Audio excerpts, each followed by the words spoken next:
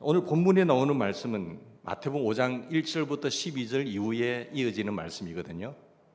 산상보훈 속에 있는 첫 메시지입니다. 그 산상보훈의 첫 메시지가 뭡니까?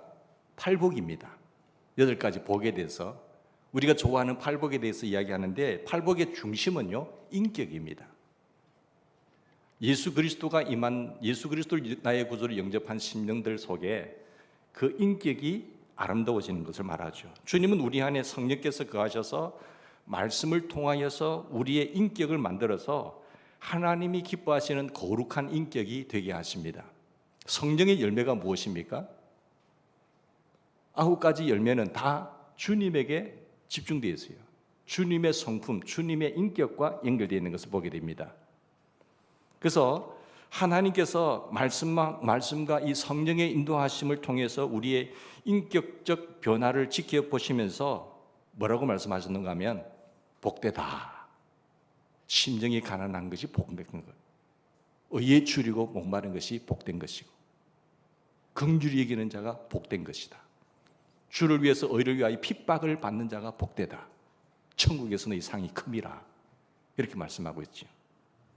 이런 성도의 인격적 됨됨이, 그리스도를 따르는 제자들의 됨됨이를 논하고 그 이어서 13절 말씀이 주어집니다. 그러면서 이 보면 본문의 내용은 성도의 올바른 그 인격의 토대 위에 세상에서의 삶을 어떻게 살 것인가, 세상에서의 존재의 의의가 무엇인가, 그리스도를 닮은 하나님의 거룩한 인격을 가진 사람들이 세상에서의 그 삶의 원리와 사명에 대해서 다루고 있는 것입니다. 그리스도 안에서 하나님이 원하시는 축복된 인격이 되었다고 한다면, 이러한 그리스도인들은 각자에게 부딪히는 삶의 현장에서 어떻게 살아야 될 것인가를 말씀하고 있어요. 기독교는 도피주의가 아닙니다. 나 세상이 싫어요 하면서 저 산골짜기 가서 지내고 나 혼자 지내는 것이 기독교가 아닙니다. 그렇게 살면 편하겠지요. 요즘 너무 지치고 힘들고 병들고 세상이 싫어서 이제 혼자 산에서 사는 사람 많이 있잖아요. 정말 편해요. 그러나 세상이 힘들다고 세상을 도피하는 것이 기독교가 아니라는 것입니다. 어떤 청년이, 목사님, 전에 상담을 했는데, 목사님, 회사 생활 너무 힘들어요. 우리 공장에서 일하는 것이 너무 합당치 않아요. 너무 부패도 많고 잘못된 것도 눈에 보이고, 여기서 신앙생활하고 내가 세상을 직장생활 한다는 것이 너무나 못마땅합니다. 분위기와 환경을 생각할 때에 저는 도저히 견딜 수가 없습니다. 신앙생활 하는데 도저히 유익이 되지 않습니다. 목사님, 어떻게 하면 좋겠어요? 그런 하나님께서 그 회사에 있기를 원하느냐, 어떻게 하기를 원하냐, 다른 데 가라고 하더냐, 아직 그건 확답을 못 받았어요. 그렇게 하더라고요. 형제님, 확신이 없는데 제가 질문 드릴게요. 어둠이 어디에 필요하지요? 빛이 어디에 필요하지요? 그러니까 어둠이 있는 곳이에요. 어느 때에 그 빛이 필요한가? 어두운 때지요. 형제님이 있는 그 회사에 지금 환경이 어둡기 때문에, 부패했기 때문에 당신이 필요한다고. 그 빛으로 그곳에 하나님이 보내셨으니까 사명으로 있었으면 좋겠다 그랬어요. 여러분, 그리스도인들이 그리스도인과 이 세상의 관계에 있어서 흔히 범하는 2가지 오류가 있죠. 그게 뭔가 하면, 첫째는 은둔주의예요. 또 하나는 세속주의입니다. 자꾸 숨어 지내려고 해요. 세상 싫고 혼자. 세상이 피곤하니까, 세상이 너무나 부패되었으니까, 너무 어둠으로 가득 찼으니까 숨어 지내려고 합니다. 그리고 세속주의입니다. 그리스도는 이 2가지를 똑같이 배격하지 않으면 안 됩니다. 그리스도인은 이 세상에 속하지 않았습니다. 이것은 철저하게 그리스도인들이 삶의 세속적인 삶이 되어서는 안 된다는 것을 말씀하고 있는 겁니다. 세상에 살지만 세상에 속해서는 안 된다는 거죠. 세속주의에 물들어서는 안 된다는 거죠. 세상이 어둡다고, 세상이 부패했다고 세상이 더럽다고 해서 같이 뒹구르란 말이 아니에요. 그렇다고 해서 세상을 떠나라는 것도 아닙니다. 요한복음 17장에 주님께서 제자들을 위해서 마지막 중보기도한 내용이 있거든요. 거기 보면은 이 기도가 주님께서 이렇게 기도하십니다. 내가 비옵기는 저희를 세상에서 데려가시기를 위함이 아니요 오직 악에 빠지지 않게 보존하기를 위함이다. 그러면서 이어지는 기도가 뭔가 하면요, 우리가 세상에서 죄를 짓지 않으려면 별 수 없이 세상을 떠나야 돼. 이 더러운 세상, 나는 산골짜기 가서 혼자 지내야 돼. 그렇게 말할 것이 아니라 아버지께서 나를 세상에 보내신 것 같이 나도 저희를 세상에 보내노라. 내가 이 거룩한 사역을 위해서 이 땅에 내려온 것 같이 아버지께서 나를 이 땅에 보내신 것 같이 나도 이들을 세상에 보냅니다 라고 말한 거예요.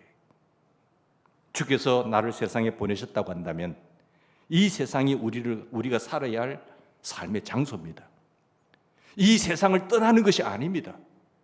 이 세상을 도망가는 것이 아닙니다. 이 세상에서 사셔야 돼요. 여기에 하나님의 뜻이 있습니다.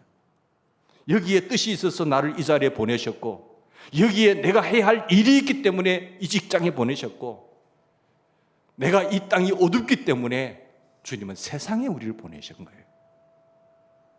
그래서 하나님의 뜻을 따라 내가 이 어두운 세상에서 소금이 되고 빛이 되지 않고서는 안 된다는 사실을 오늘 말씀을 통해서 우리에게 주시는 내용입니다. 여러분, 우리가 주님께서 죄를 범하지 않으면서, 다시 말하면 세속화되지 않으면서, 세상에 살지만 세속화되지 않으면서 세속화를 거부하면서 이 세상에서 어떻게 소금으로 빛으로 살아갈 수가 있을까요? 우리가 먼저 소금의 역할을 한번 생각해 보겠습니다. 13절 말씀 보면 주님께서 이렇게 말씀하셨어요. 너희는 세상의 소금이니.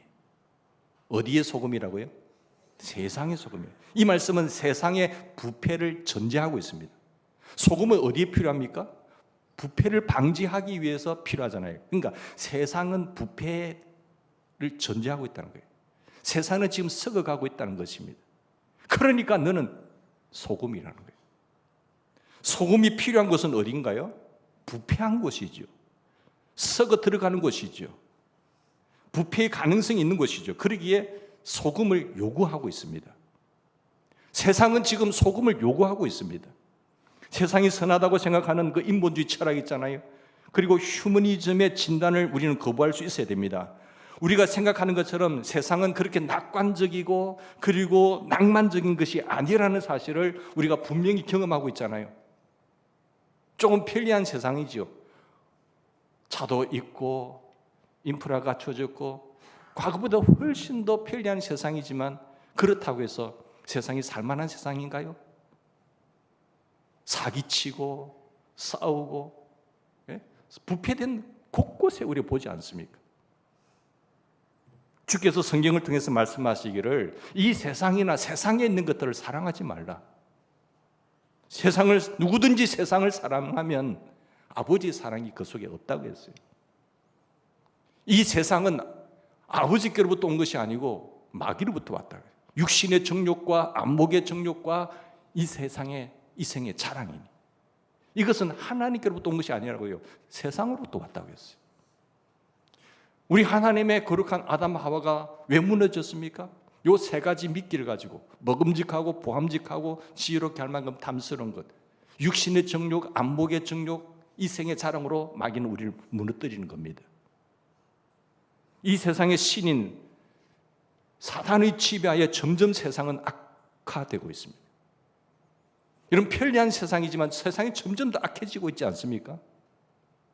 세상의 악의 현실성을 우리는 눈을 뜨고 똑바로 직시할 수 있어야 됩니다. 그러기에 주님께서는 세상을 피해라, 세상을 떠나라가 아니라 세상의 소금이 되라는 거예요. 소금은 어떤 역할을 하는지 한번 살펴볼까요? 소금은요, 썩는 것을 방지합니다. 소금이 우리에게 주는 많은 유익성을 지적할 수 있겠지만 부패를 막는다는 측면에서 소금의 소극적 역할을 강조하고자 합니다. 예수님 당시에 유대 땅에는요, 소금에 절인 생선을 볼 수가 있어요. 그 시대는 냉장고가 없었으니까요. 썩은 고기를 먹을 수는 없잖아요. 그래서 부패를 방지하기 위해서 간을 하는 겁니다. 소금으로. 소금이 하는 역할 여러분 짐작할 수 있을 것입니다. 여러분 소금이 없는 세상을 한번 생각해 볼까요? 세상은 지금 부패되어 가고 있는데 소금이 없다. 세상 희망이 있을 것 같아요?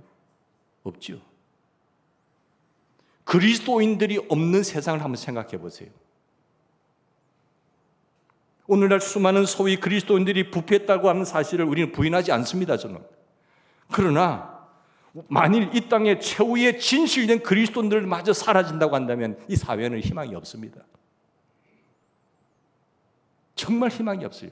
마지막 보루는 그래도 진실된 그리스도인들이 있기 때문에 가능한 거예요. 복음의 빛이 완전히 사라져버린다고 한다면 우리 역사가 어떻게 될 것 같습니까? 세상이 어떻게 될 것 같습니까?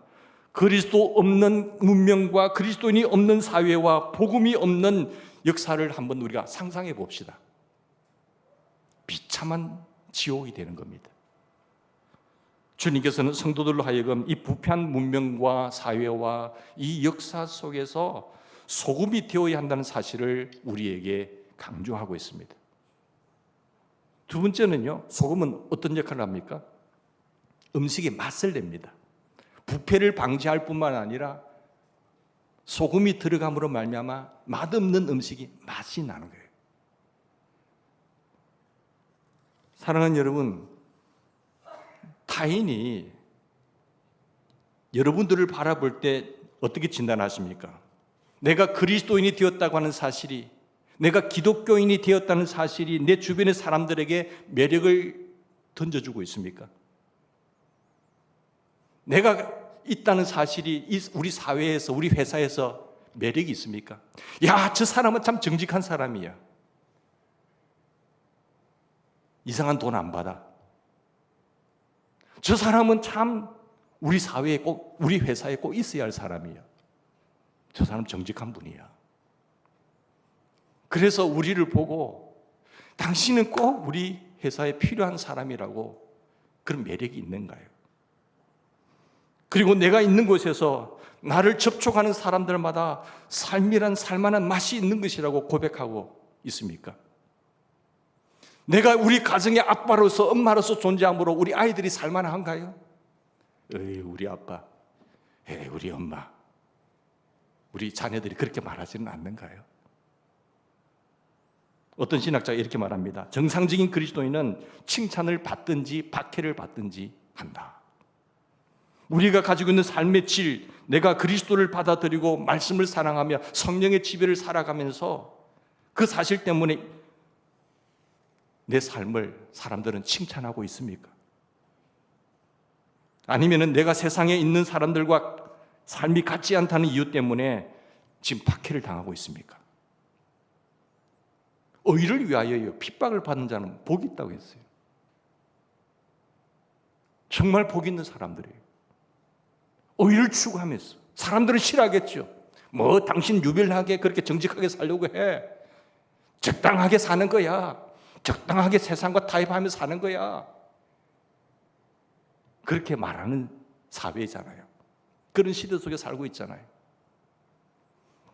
내가 그리스도인이라는 진리를 외치는 바람에, 의를 추구하는 바람에 박해를 받는다고 한다면, 여러분 사도행전의 그리스도인들 보십시오. 성령 충만한 그리스도인의 삶의 모습을 보십시오. 소금이 제대로의 맛을 내기 위해서는 음식에 들어가야 되고 녹아지지 않으면 맛이 안 납니다. 소금이 제맛을 내기 위해서는요, 음식에 들어가서 녹아져야 됩니다. 녹지 않으려고 하는 그리스도인들이 있습니다. 그들은 자기 자신은 절대로 녹아지지 않으려고 해요. 자기의 이름, 그리고 자기의 견해, 자기 주장, 그리고 자기 생각 속에 꽁꽁 묶여가지고 절대 안 녹아져요. 그러나 소금은 음식 속에 들어가서 푹 녹아져야 쓴맛, 단맛, 신맛이 어우러져서 맛이 납니다. 새로운 맛을 창조해내지요. 여러분 안에 생명의 진가가 넘치고 있습니까? 내가 어떤 단체에, 어떤 회사에, 어떤 가정에 들어가서 녹아짐으로 말미암아 맛을 내고 있습니까? 여러분의 얼굴 속에 싱싱함을 더하고 평화의 아름다움이 넘치고 잊지 들어가는 세상 속에서 정말로 주님을 바라보면서 참 평화를 외칠 수 있는 그런 삶인가요? 여러분 안에 생명의 진가가 넘치고 있는지요? 여러분, 회취란 무덤 같은 경건함, 속은 시체의 썩음으로 냄새나고 있는데 겉은 회를 칠한 무덤처럼 그런 경건의 모양과 의식은 갖추고 있지만 시기와 욕심과 썩은 냄새로 부정부패로 가득 차 있지는 않습니까? 저는 차라리 이런 사람들보다도 그리스도에게 미쳐서 광신자로서 기뻐하고 외치고 주를 위해서 살아가는 사람이 훨씬 낫다고 생각합니다. 세상의 소금입니다. 진실로 내 안에 이러한 역할이 내 삶의 특질을 형성하고 있는가를 우리는 한번 생각해 보았으면 좋겠습니다. 세 번째는 소금은 접촉하는 사람들에게 갈증을 일으킵니다. 누군가가 당신의 삶을 보고 갈증을 느끼고 있습니까? 여러분을 만나는 사람들 가운데, 여러분을 접촉하는 사람 가운데 당신 속에 있는 그리스도를 나도 알고 싶다. 야, 당신은 참 진실된 사람이다. 불의를 바라보면 당신은 용납지 못하는 사람이구나. 핍박이 오더라도, 박해가 오더라도 그 의를 추구하는 사람이구나. 갈증을 느끼게 돼요. 여러분, 우리가 먼저 구할 것이 뭔가요? 먼저 하나님의 나라와 의입니다. 의. 이것이 의냐 불의냐의 속에서 내게 유익이 된다고 불의의 길을 건너가는 것이 아니라 내게 핍박과 박해가 온다고 하더라도 의의 길을 먼저 구하는 것이 그리스도인이에요. 먼저 구하면 이에서 하나님께서 모든 것을 더하여 주시리라고 믿습니다. 절대 타협하지 마세요. 예수님이 십자가에 못 박혀 길을 걸어갈 때요, 사람들이 방관했잖아요. 아, 저 내 일 아니야. 누군가가 하겠지. 아주 비겁한 사람들이잖아요. 배신까지는 안 했는 건 몰라도 배신한 사람은 지옥에 제일 밑바닥에 갈 것이고 그보다 덜한 사람은 방관자. 핍박이 오더라도 내가 교회 다니는 것은 복 받는 것이지 돈 버는 것이 목적이지 의가 무슨 상관이에요? 전혀 관심이 없는 사람, 방관자. 그게 우리의 사명은 아니라고 생각합니다. 여러분, 우리의 삶을 바라보고 정말 갈증을 느끼고 당신이 꼭 필요합니다. 당신은 우리 단체에, 우리 회사에, 우리 가정에 꼭 필요합니다. 아빠가 있어야 돼요. 엄마 없으면 우리는 못 살아요. 아들아, 너가 있으므로 우린 가정은 행복이 가득하구나. 이렇게 돼야 천국이 아닐까요?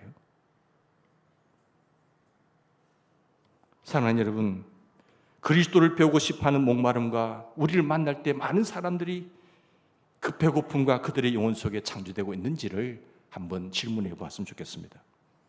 여러분, 그리스도가 나갈 때요, 예수님께서 움직일 때에 그리스도를 만난 사람들이 그분에게 보였던 반응을 한번 볼까요? 니고데모는 고위 관직자잖아요. 그런데 예수님 앞에 낮에는 나올 수 없어서 밤에 예수님, 목마름이 있었어요. 중생의 목마름 때문에 어떻게 하면 거듭날 수 있죠? 물은 사람이에요.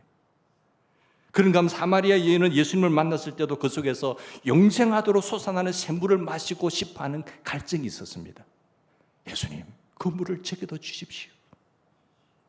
그런가 하면 삭개를 보십시오.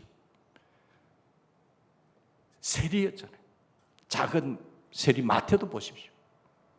남의 돈 착취하는 이 사람이 어떻게 하면 내가 회복될 수 있죠? 질문했잖아요. 남의 피를 빨아먹고 등쳐먹고 이렇게 돈을 착취하는 그 사람이 예수님 앞에 새로워질 수 있는 마음. 눈먼 소경 바디메오가 예수님을 만났을 때에 예수님을 소리를 듣고 싶어하는 이 갈증. 그 예수 그리스도가 내 안에 거한다고 한다면, 예수님이 내 안에 임재한다고 한다면 사람들이 나를 통해서 그리스도에 대한 목마름과 갈증이 일어나고 있는가 하는 거예요. 자, 소금은 무슨 역할을 한다고요? 부패를 방지하고, 그리고요, 맛을 내요. 또요, 뭐 한다고요? 갈증을 일으킨다고 했어요. 갈증. 네 번째는 소금은 혈액과 같아서요, 없어서는 안 될 거예요. 없어서는 안 될 존재가 소금입니다. 피와 같다니까요. 여러분, 우리는 피가 모자랄 때 무슨 주사 맞지요? 예? 식염 주사를 맞지 않습니까? 그 90%가 소금물입니다. 그 사람이 살아납니다. 물론 영양제도 조금 있겠지만, 황무지에서는 소금으로 음식에 간을 맞추어 먹기 때문에 소금은 문자 그대로 생명입니다. 생명입니다. 소금이 얼마나 귀합니까? 소금이 없는 세상은 연상할 수 없습니다. 그렇다면 여러분은 소금처럼 세상에 없어서는 안 될 존재입니까? 아니면 없었으면 좋을 존재입니까? 나는 꼭 세상에 필요한 존재입니까? 아니면 나는 살아서 없어야 다른 사람들이 편안한 존재입니까? 내가 얼마만큼 합당한 것인가를 알기 위해서는, 내가 얼마만큼 존귀하고 귀한 존재인가를 알기 위해서는요, 내가 지금 있는 그 자리에서 빠져나갔을 때에 사람들이 나에게 어떠한 반응을 보이는가를 보면은 나의 존재의 가치를 알 수가 있습니다. 내가 있는 그 자리에서 빠져나갔을 때 사람들이 속 시원해. 아, 그 사람 참 잘 없어졌어. 그런 사람입니까? 아니면은 그 사람 참 좋은 사람인데. 나는 요구되는 사람입니까? 아니면은 없어지도록 기대되는 그런 사람입니까? 소금은 생명과 같습니다. 다섯 번째로 소금은요, 평범한 것입니다. 소금이 없는 곳은 없어요. 소금이 얼마나 흔합니까? 이처럼 소금은 평범한 것이지만 참으로 귀한 것입니다. 하나님께서요, 정말 귀한 것들은요, 흔하게 주셨어요. 공기가 없다고 한다면. 흔하지만 정말 없으면 죽습니다. 빛이 없다면 어떻게 생각해요? 소금은 평범하지만, 흔하지만 귀한 것입니다. 그리스도인의 삶의 매력은 평범한 가운데서 있어야 됩니다. 유독 잘 사치하면서 살 이유도 없어요. 너무 사치하면요, 불신자들이 뭐라고 하는지 아세요? 거부감을 느낍니다. 평범하게 살면서 어려운 사람을 생각하고 도와주고 넉넉하게 축복의 통로자로 살면요, 그 사람을 원해요. 그런 삶이 귀한 삶입니다.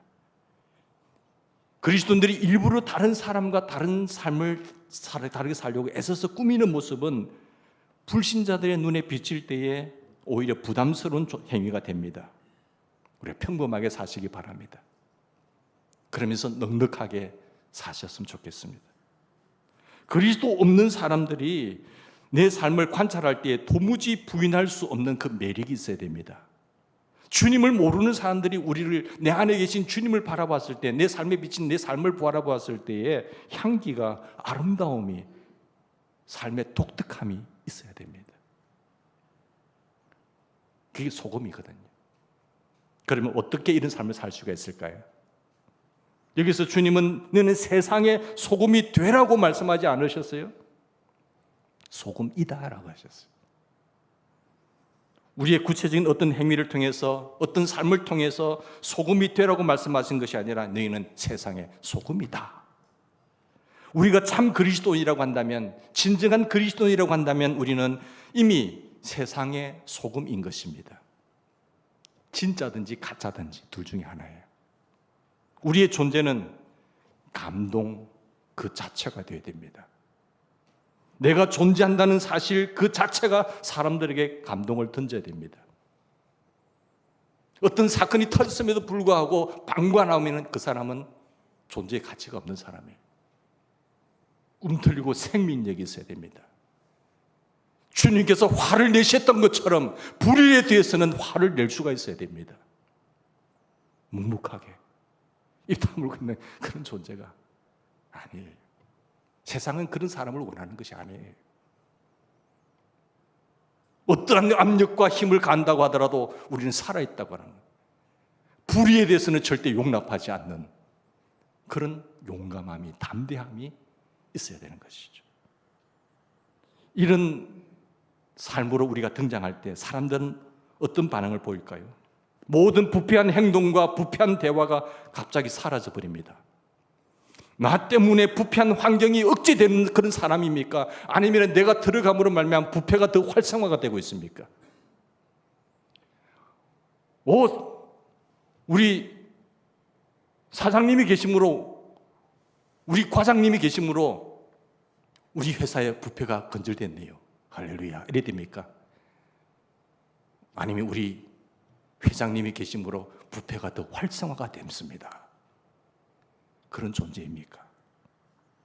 그리스도 안에 있는 참으로 중생한 그리스도인이라고 한다면 내 도덕적인 형편과 내 신앙의 상태가 어떤 자리에 놓여 있는지 간에 이미 우리는 소금으로서의 이 세상에 존재한다는 사실을 잊지 않았으면 좋겠습니다. 문제는 나는 얼마만큼 소금다운 소금인가? 몇 프로의 소금이 함유된 소금인가? 나는 어떠한 종류의 그리스도인인가? 맛을 바라는 그리스도인인가? 아니면 맛을 잃어버린 그리스도인인가? 둘 중에 하나예요. 맛을 잃어버리면 어떻게 되죠? 밖에 버려집니다. 밖에 버려져서 어떻게 되나요? 불신자들에게 밟힙니다. 명심하셔야 돼요. 절대로 맛을 잃어버리면 안 돼요. 여러분, 내가 참으로 중생한 그리스도인이라고 한다면, 참된 그리스도인이라고 한다면 마침내 내 속에 그리스도의 아름다움을, 그리스도의 향기를, 그리스도의 매력을 발산하지 않으면 안 되는 거예요. 그리스도 밖에 있는 사람들과는 다르게 그 다름이, 내가 다르다는 그 사실이 분명 내 주변의 사람들에게, 세상 사람들에게 충격과 영향과 도전을 주어야 됩니다. 여러분, 이렇게 살아가고 계시는지요? 소금과 빛은요, 그 자체에 독특한 성질이 있습니다. 그것을 상실해서는 안 되는 거예요. 상실하지 않고 이 어두운 곳에, 이 부패한 곳에 있어야 됩니다. 빛은 어두운 곳에 있어야 돼요. 그럼 어두움은 물러가게 되어 있습니다. 소금은 부패한 곳에 있어야 됩니다. 그럼 부패가 사라져요. 우리는 세상과 달라야 됩니다. 이 부패한 세상은요, 거룩한 사람들을 지금 요구하고 있습니다. 이 어두운 세상은 비친 사람들을 요구하고 있습니다. 다르다는 것 때문에 열등의식을 느끼지 마십시오. 내가 불신자들과 다르다는 사실 때문에 열등의식을 느끼지 마십시오. 내가 불신자들과 다르다는 사실이 우리의 무기라고 하는 사실입니다. 불신자들도요, 회사 생활할 때 다 보고 있습니다. 같이 동조하면, 같이 어울리면서 너는 가짜네, 너는 가짜잖아, 속으로 욕하고 있어요. 근데 진정한 그리스도인의 정치의식을 가지면요, 야, 당신이 진짜네, 나도 당신이 믿는 그 예수를 믿고 싶다, 그렇게 되는 거예요. 이래도 흥, 저래도 흥, 줏대 없이 세상과 떠내려 가면은요, 그거는 죽은 통나무예요. 생명력 있는 피렘이라도 생명력이 있으면 세상을 거슬러 올라갈 수 있습니다. 악한 이 시대의 시류 속에서도 흔들려 이 세대를 본받고 떠내려가는 인생이 아니라 세상을 거슬러서 세상을 변화시키는 그리스도인이 될 수가 있는 것입니다. 우리는 동화되어서는 안 됩니다. 타협해서도 안 됩니다. 우리의 특질을 가지고 향기를 바라면서 부패를 막고 빛을 비추는 거룩한 삶 속에 자기 자신을 던지는 그런 거룩한 분들이 되기를 주의 이름으로 축원합니다. 세상에 속하지 마십시오. 세속화되지 마십시오. 그러나 세상에 굳게 서십시오. 이 세상을 도피하지 말고 그리스도의 삶을 살아내는 위대한 하나님의 사람들 되시기를 주의 이름으로 축원합니다. 여러분, 요나와 예수님의 차이가 뭘까요? 요나는요, 니느웨의 부패한 그 니느웨 도성을 살리라고 하는 명령을 받았지만 그 사명을 힘들다고 다시스로 도망간 사람이에요. 그런데 예수님은 부패한 예루살렘을 살리려고 십자가를 지고 그곳으로 들어간 사람입니다. 예루살렘을 바라보면서 슬퍼하면서 눈물을 흘린 분이세요. 애굽은 요셉을 요구했습니다. 페르시아는 에스더를 요구했습니다. 바벨론은 다니엘을 요구했습니다. 어두운 당신의 가정은 지금 당신을 요구하고 있습니다. 어두운 여러분의 회사는 당신 같은 사람을 요구하고 있습니다. 어두운 당신의 이 시대의 사회는요, 진정한 그리스도인을 요구하고 있습니다. 참으로 나는 세상의 빛입니까? 참으로 나는 세상의 소금입니까? 주께서 우리를 빛으로 소금으로 서주시기를 축복합니다. 같이 기도하십시다.